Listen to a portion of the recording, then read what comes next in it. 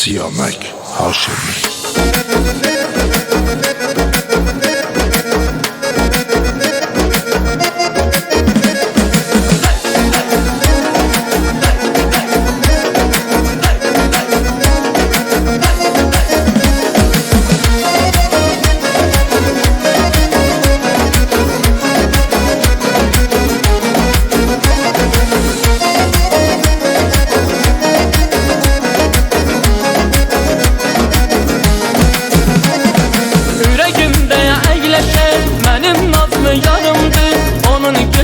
Gülüşü devletimdi varımdı.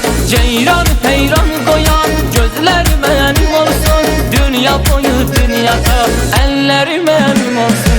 Adı benim dilimde yüreğimin sözüydü. Gözden yana bakıram yarmayın özüydü. Derdime dermanımdı o yar benim canımdı. Derdime dermanımdı o yar benim canımdı.